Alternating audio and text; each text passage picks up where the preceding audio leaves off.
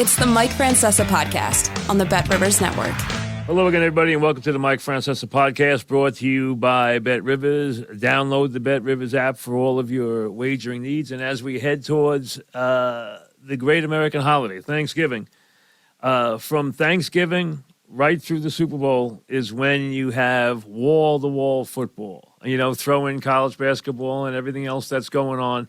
But college football and, of course, all the big games that come, then the bowl games and all the great NFL stuff that is wall-to-wall. Look how many games are national TV games this coming week on Thanksgiving week. The bottom line is, for all of your wagering needs, just go to download the Bet Rivers apps, go to betrivers.com.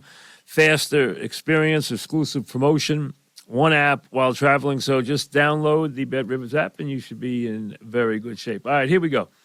Couple of things here, then we'll get to some emails. And you can email me at mikefrancesapodcast@gmail.com. Now, Jets hold a players-only meeting. But tell me this, how come every players-only meeting, as soon as it happens, every detail is everywhere? They don't even hide this anymore.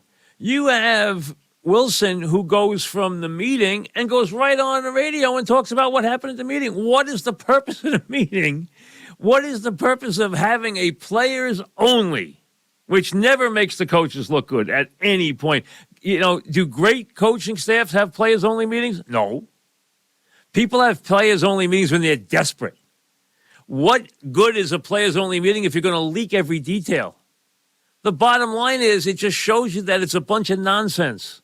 Here, we're going to put a different spin on the fact that we can't get anything done. We can't find the end zone with a map. We continue to make stupid penalty after stupid penalty. That's what it's about. Forget your players-only meetings. I can tell you that in 5 seconds. You don't need a players-only meeting. You need to play better. You need to play smarter. What a bunch of nonsense. Here's the bottom line with the Jets, okay? All these things add to the fact that they cannot run a capable, productive offense. They make way too many mistakes, both pre-snap and post-snap. They have way too many penalties overall. The play calling is extremely suspect, despite Aaron Rodgers' continued defense of Paul Hackett. Listen, he can love Paul Hackett all he wants. And Aaron Rodgers carries a lot of weight, and he should. He's one of the greatest quarterbacks in the history of the sport. You have heard me say that time and time and time again. It is a fact.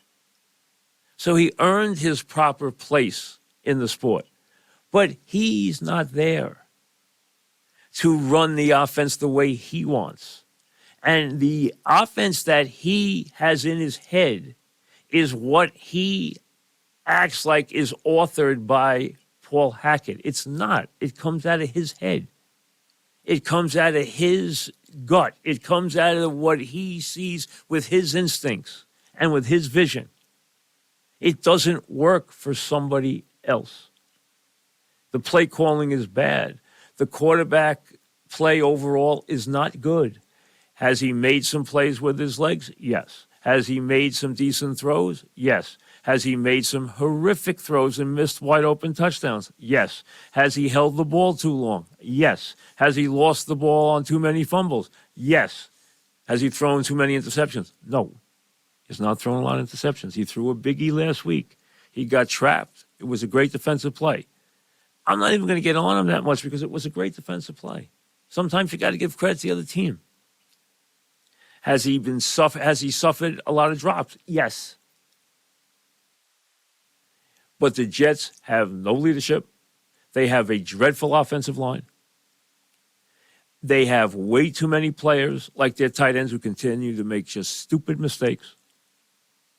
Now, obviously everybody's targeting certain guys who had big penalties last week. Part of it is they were asked to block guys they couldn't block. But you can't just tackle them.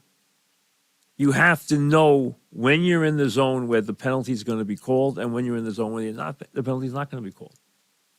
And you have to be smart enough to know the difference because there is a difference. But their offensive play is awful. They have no leadership. And the penalties come back all the way back to the head coach, who is always more concerned with getting in front of a microphone and trumpeting the talent and the bravado and the productivity of his defense. And stop. He never remembers. He should, in the mid-sentence, stop and say, oh, I keep forgetting, I have to coach the whole team. I have to be responsible for the whole team. So that offense that can't score is also on my watch. Not just the defense that I brag about. And at halftime last week, what does he say? Well, if they try to throw the ball to Adams, we'll pick it off. You know what? Knock that stuff off. Instead, say, hey, you know what? I got to go inside and figure out how my offense can score a touchdown. You're the head coach. Act like it. Or you're not going to be a head coach anymore. You can go back to just worrying about your defense somewhere with another team as a defensive coordinator, which is what you are. The Jets are hurting on the offensive line. They can't fix it. They don't have the players to fix it. Everything emanates from that. Then you add the issues with the quarterback. Then you add the issues with other players who continue to make mistakes. You can't bench all of them. He's adamant about not giving any other quarterback a chance, even though the job of the quarterback is to get his team into the end zone. When quarterbacks fail at that, you have to look elsewhere. They don't want to look elsewhere. Well, now they've gone 11 quarters without a touchdown. And in that time, their defense has only given up 2 touchdowns. Now, they didn't play great teams the last couple of weeks. They just played the Chargers. The Chargers beat them soundly. They did it by more with their pass rush than anything else. I mean, they got 8 sacks, could have got 18 the way the game went. But the players-only meeting is a joke. And all it does is it makes the coaching staff look weaker. I've never seen a players-only meeting that doesn't make the coaching staff look weaker. Because if the coaches are in control, they don't need a players-only meeting. Bills fire Ken Dorsey after that Monday night debacle and that mistake-riddled loss to the Broncos. Was it all his fault? No. Should McDermott take a lot of the hit? Yes. Should Allen take a lot of the hit? Yes. Allen has become a reckless, impatient, mistake-prone quarterback. He is a superb player with incredible offensive gifts, but he has become a take with the right hand, give with the left hand quarterback. And those quarterbacks play 500 football. And he'll make a great play, and then he'll make a horrendous mistake. Make a great play, make a horrendous mistake. There has to be a point, and there was when Dable was there, where the plus plays outnumber the minus plays by a lot. If they don't, you're going to be where they are right now. 4 turnovers last week. You're not going to win many games when you're -3. And you're -3 in this league, you lose 90% of the games, no matter how talented you are. You might win an occasional game, but you're not going to win consistently. And right now, that's why they're a 500 team. That team is lost. Have they had injuries? Yes. But they continue to make all kinds of mistakes. And last week, they made them on defense. They made them in the secondary, and then they made it with 12 men on the field. Jets, Bills, both of them in chaos right now. The winner is going to think they have, at least for a week, righted the ship. You're going to know a lot about the Jets by the time Black Friday rolls around, because you know that the Jets and Dolphins are playing this first ever Black Friday game for the NFL.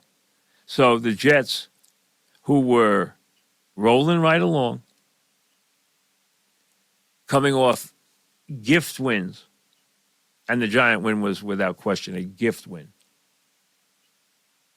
And then they went to play the Chargers at home and the Raiders on the road, 2 very winnable games, and lost both.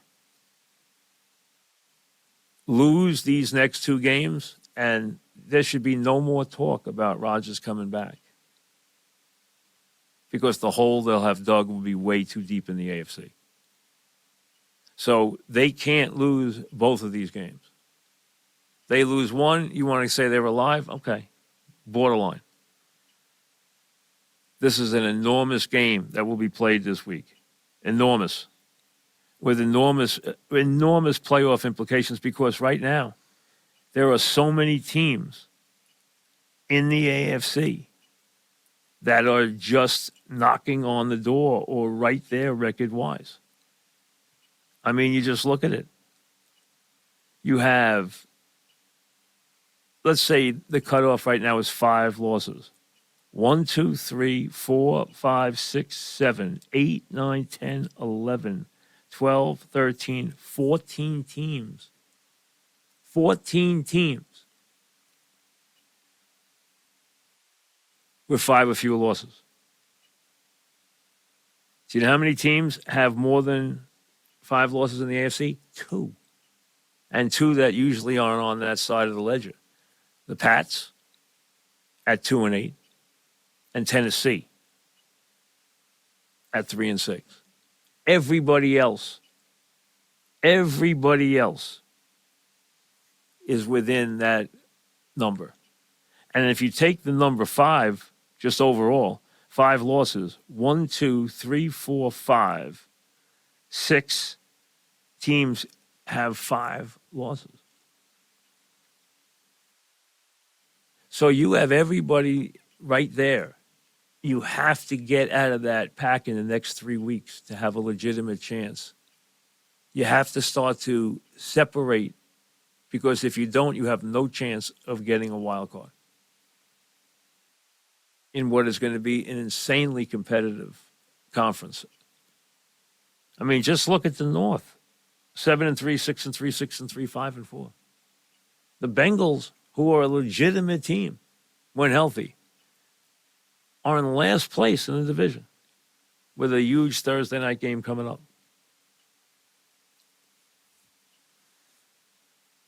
So the Bills fired Dorsey and named Brady the offensive coordinator. Okay. We know his history. We know his claim to fame. LSU and Burrow, we understand. His failure along the way in the NFL. Now he gets another chance, and he's with a big-time quarterback. But it's about Allen cutting down mistakes. It's not anything else. They want to run the ball more? Fine. They want to balance the offense more? Fine. It's still that offense is built around the quarterback and the premier wide receiver. They have other weapons, but it's built around, and now they've started to elevate Kincaid to a very high level because they want the tight end to be a very big part of this. So that's fine too, because Kincaid's a big-time player. So they are going to have a tight end who's going to catch a lot of passes. They have a wide receiver who can be as explosive. And early in the season this year was knocking out 100-yard game after 100-yard game and hasn't been near there since and had 30-something yards last week. They have weapons. They have the quarterback. The quarterback is as premier a talent as there is in the league. But he also makes more mistakes than just about any quarterback in the league. And with those mistakes, they can't win.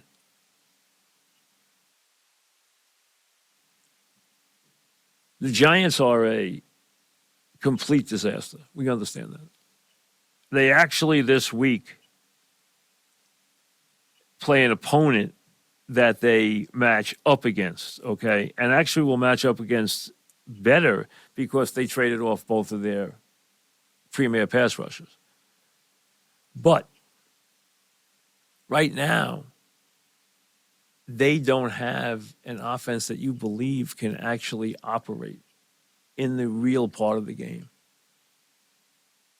The offensive line is that bad. And this isn't to knock the quarterback, but you know what? He's a borderline NFL player at best. That's not a knock on him. He's a third-string quarterback. And he plays like a third-string quarterback. Forget what went on last week. I mean, listen, I mentioned that. I didn't want to make a big deal about it, but the idea that you would run 14 plays after the 2-minute or 12 plays, whatever it was, after the 2-minute warning, and use your timeouts to try and score a touchdown that badly in a 49-10 game, you know what? It doesn't gain anything, except maybe get some players injured who you don't want to have injured, who you're going to need. I mean, think about it. They ran 12 plays after the 2-minute warning. 12 plays against a defense that could care less, a bunch of third stringers playing, or guys who haven't played all year playing, and guys who just want to get off the field and are celebrating. And it still took them 12 plays and 2 timeouts to get the ball into the end zone. And they acted like they accomplished something when they did that. I mean, give me a break, please. How much more can you have proven how much you have lost your way than that?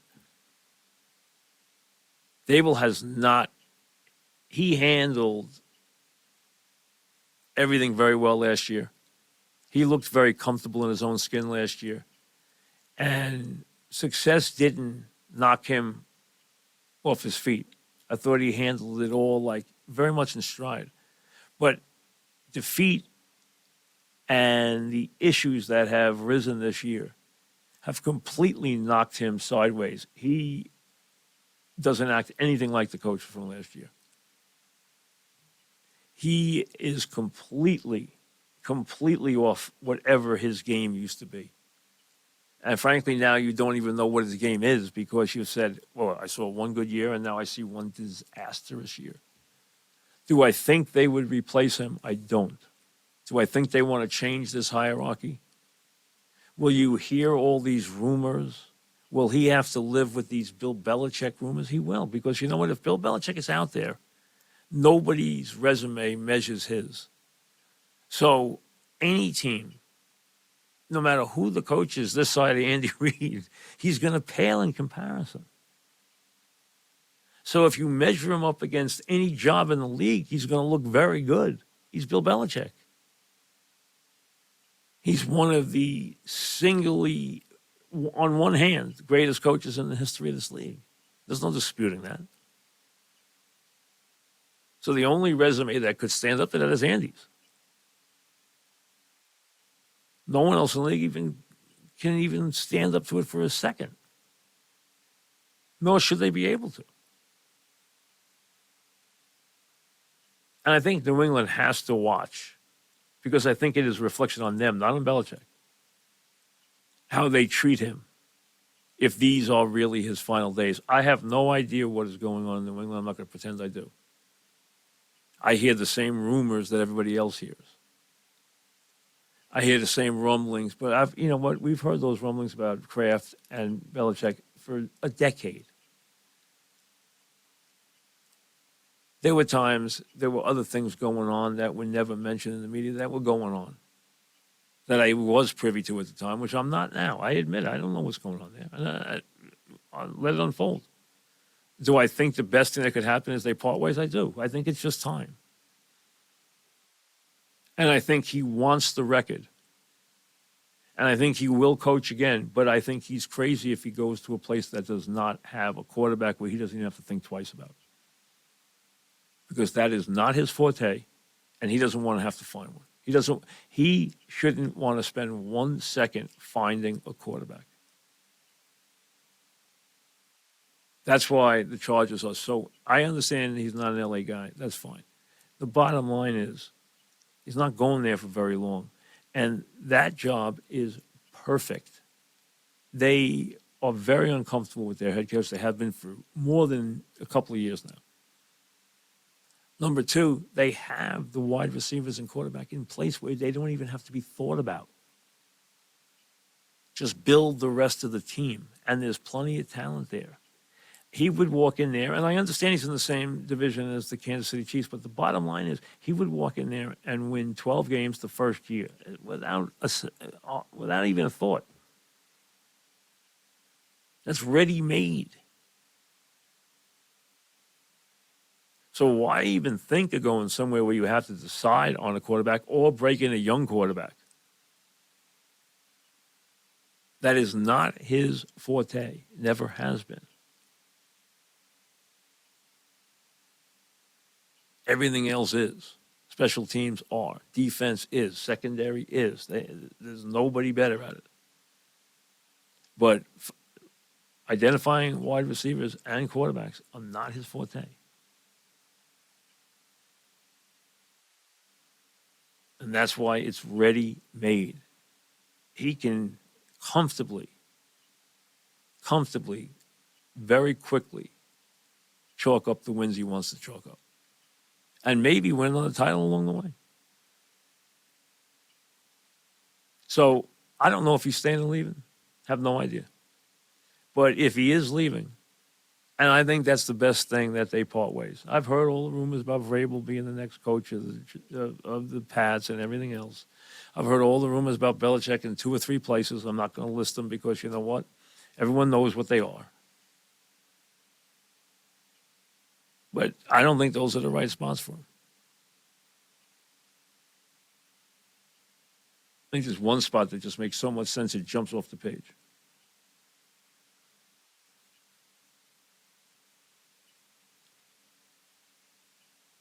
Carlos Mendoza is looking to make his mark now as the new Met manager.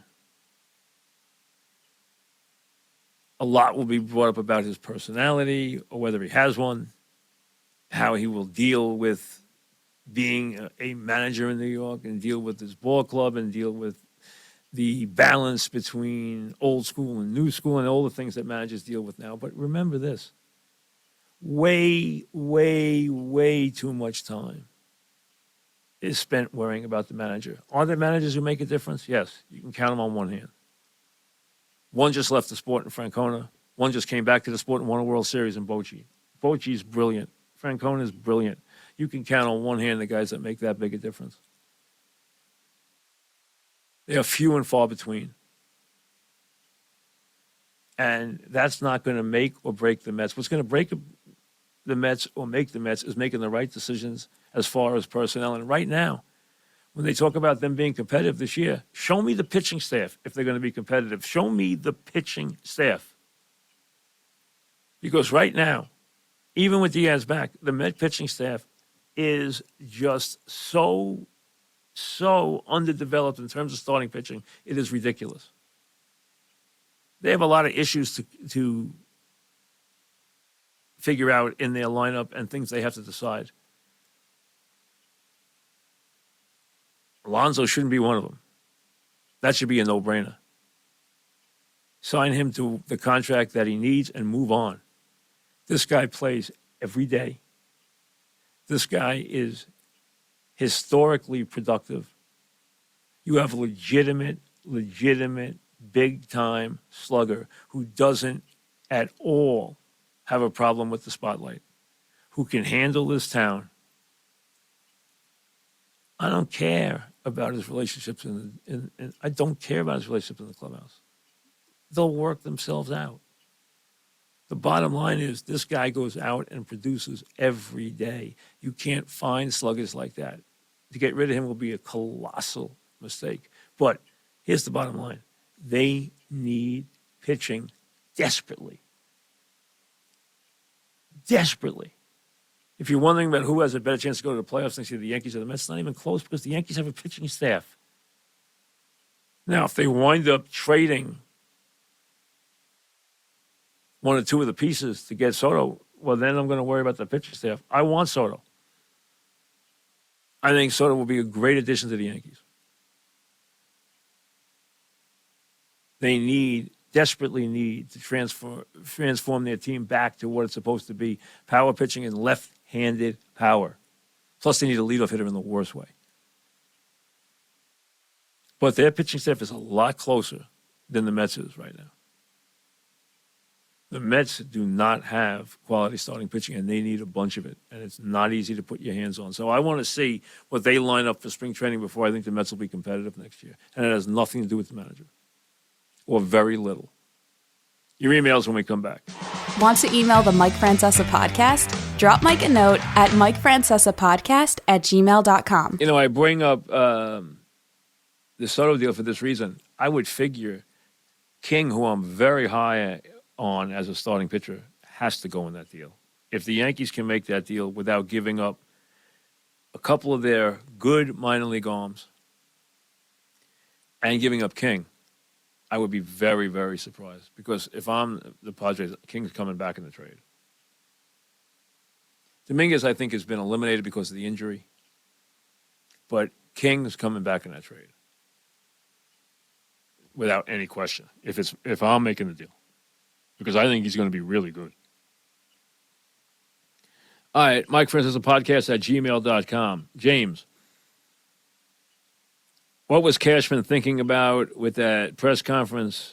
He sounded unhinged. He did. See, in recent years, he's gotten to a point where he thinks, I have a resume that I can stand on, and I'm going to fight back. He can't win that battle against the media nor the fans. First of all, you don't ever want to take on the fans or in any way comment about them. Because you know what? Their job is just to buy tickets and cheer or boo. That's their deal. And they have every right to do both. You just want them to buy tickets and to watch the games on television. But attacking the media and attacking the fans will get him nowhere. And he thinks he has all this currency built up, except one thing. He long ago has spent every bit of that. They haven't been to a World Series. They haven't been to a World Series since 2009. They've been to one World Series since the early 2000s. That's now a quarter of a century. This is the Yankees. The plan they have used to build a team is comical. The talent they have wound up with is ridiculously bad. They have wound up with a bunch of right-handed hitters. He got suckered into bad deals. He brought old guys in here who shouldn't have been brought in at any cost. I never wanted Stanton here under any circumstances. Donaldson made no sense. They need the right left-handed players. They need left-handed power and pitching. That's it. That's how they have to be built. Plus, they need a leader for them. They have to get younger and more athletic. And he has done a rotten job for a long time now. And I am surprised he still has his job. He's had a long, distinguished career, but I am surprised he still has his job. Nick, why was Counsell considered this all-world manager? I don't know that he was considered this all-world manager, but Stearns had a relationship with him. He's been a winning manager without unbelievable talent. Good talent, but not unbelievable talent. But everybody told you that he was not a New York guy. So why were you still running after him? And let's be honest, he told the Mets get lost and told the Cubs I'm in. Because he wanted to stay in the Midwest. Well, so be it. But they should have known that before they went after him publicly. Stearns was just with them. Didn't he know that? Stearns' handling so far of Schembechler, Epler, and the manager have left a lot to be desired. For a guy who's supposed to be so smart, he has not had a deft touch with any of those firings or hirings. He has handled all three of them terribly.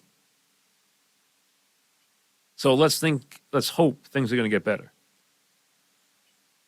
Kevin, everyone wants to blame Zach Wilson, but isn't it more on Salah? The team plays hard, but they are sloppy, unprepared, and never make adjustments. Well, don't get into adjustments too much because halftime adjustments are a very subtle thing at best, okay? So don't get into that because from your television or from your couch, you're not going to know a lot about their halftime adjustments, all right? So don't worry about that. Are they sloppy? Yes. All right? Do they make a lot of mistakes? Yes. Do they have an incredible amount of dumb penalties? Yes. Is that all on the head coach? Completely. Completely. He's playing the wrong players on offense in the wrong place. He has done a terrible job with how he has put the offensive line together. His handling of the quarterback situation, which was not easy once Aaron Rodgers went down, again has been suspect. And again, he's one of these guys who is a complete cheerleader, and all he cares about is the performance and the bravado of his defense and nothing else. And it consumes him. At halftime the other day, where again, they should have been in the end zone at least twice. They should have been dominating the game by at least 2 touchdowns. Instead of that being the issue at halftime, what did he say at halftime? he said, well, if they go after Adams in the second half, we'll pick it off. You know what? That just shows you he doesn't have a clue of what he's doing.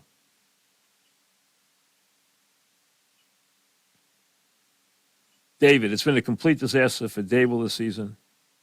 He's been pouting, feeling sorry for himself. He's had a bad habit of blaming everyone but himself. He has had a temper. He has gone after players on the sideline.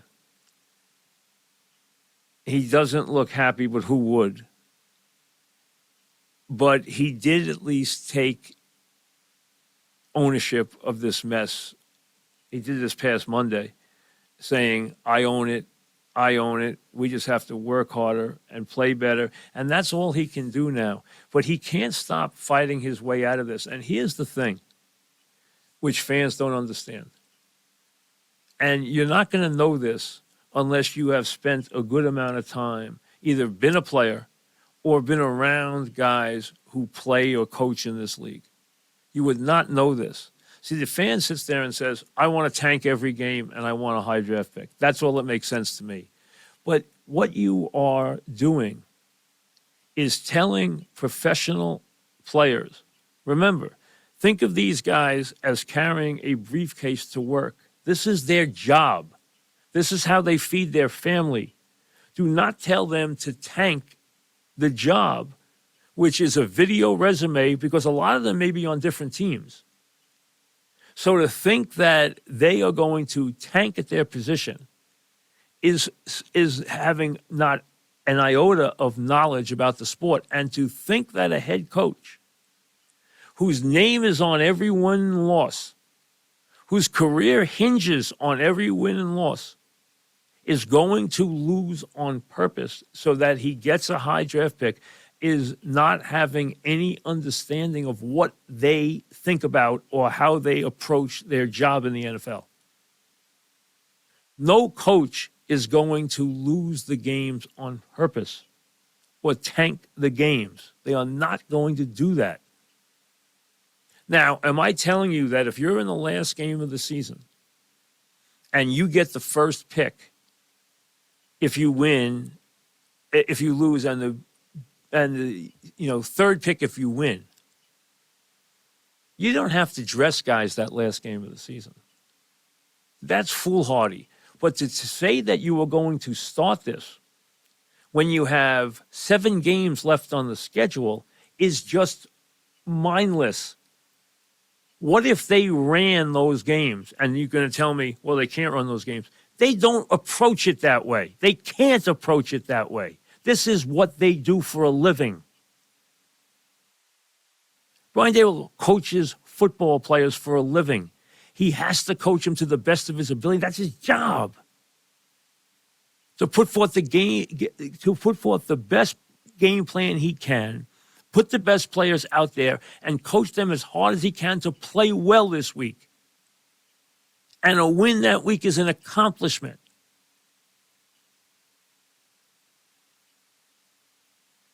I watched Parcells with the Jets go through a nightmare.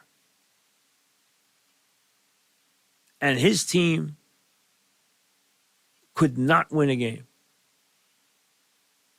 And they didn't sit there at the halfway point and say, oh, you know what, let's tank the rest of these games, get the pick we want, and then we'll move on to next year because no one cares. He came within one game of making the playoffs. He kept probing and uncovering. And listen, he made a mistake by putting Rick Meyer in there. And then he replaced him with Ray Lucas, and the team took off. He's not perfect. He made a mistake with Rick Meyer. Won't he admit? But the bottom line is he didn't stop, because that's not what you do if your job is the NFL. If your job is to comment on it, and your comment is tank right now, that's the only thing worthwhile, you don't understand the sport. That can't be done on November 15th. And it shouldn't.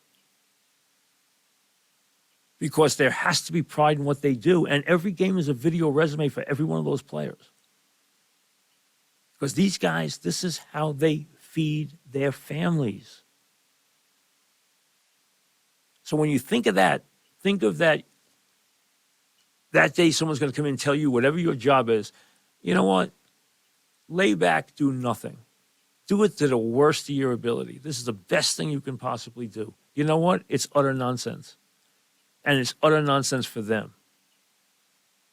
And we go through this every year in every sport. And it is a bunch of nonsense. They are going to try to win. That's just the way it is.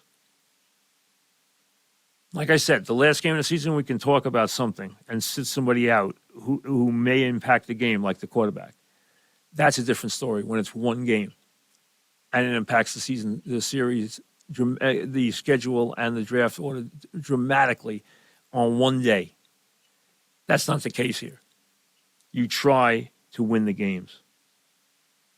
And this week, I think Dable said the things he had to say, but that doesn't mean they're going to get better. And right now, I have to be honest, when I see, and I watch DeVito's family, and I'm thinking about, you know what? They don't want to hear this. And if my son was playing there, I wouldn't want to hear it either. And I'd be angry hearing it. Because your kid has played football his whole life. And he's succeeded in high school. And he succeeded in college. And he overcame odds probably in both places. And now he's starting in the NFL, and, screw you if you think that. But that's not for me to view from here. From there, I understand their viewpoint and respect it. But when I see him run out, I don't think they have a chance to win. And this is a winnable game this week, but I don't think it is with him because I just don't think that they can run a real passing attack with him. I've seen that they can. Neil, what's wrong with the Buffalo Bills? Well, we've been through it.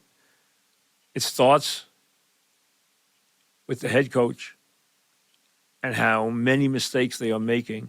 Has to do with injuries, but more than anything else, it has to do with the reckless play of their quarterback. He has got a lot of Brett Favre in him in a lot of ways.